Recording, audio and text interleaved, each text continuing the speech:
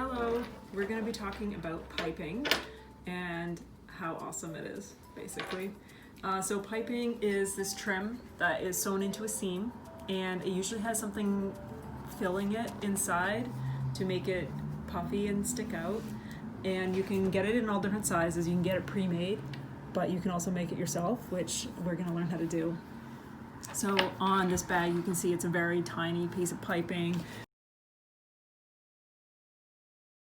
And this is a round cushion that I had some big piping put in.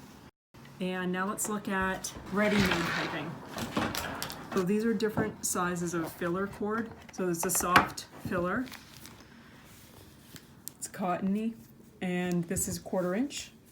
And it's gonna be what we use in the cushion cover. It's what I used in this one. And this is a little bit bigger. And this is gonna really stand out a lot. It's gonna be good. This is a smaller one. It's not technically a filler cord, but I have used it for that because I don't have anything that's the right size for it, so I'll use this a lot if I wanna have a small filler cord.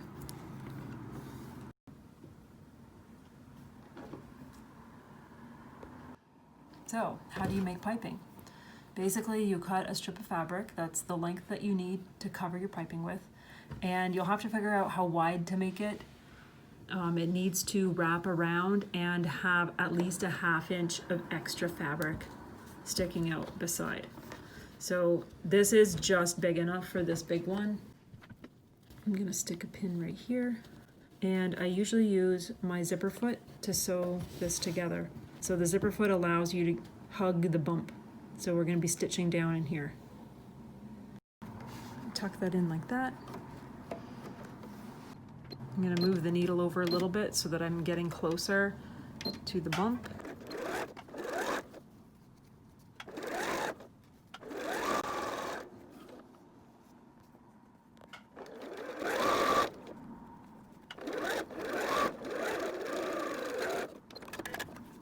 Once your piping is made, you can attach it to the front of your item that you're making, and the raw edges will be lined up with the raw edge of your project, and then it gets sewn into the seam after that.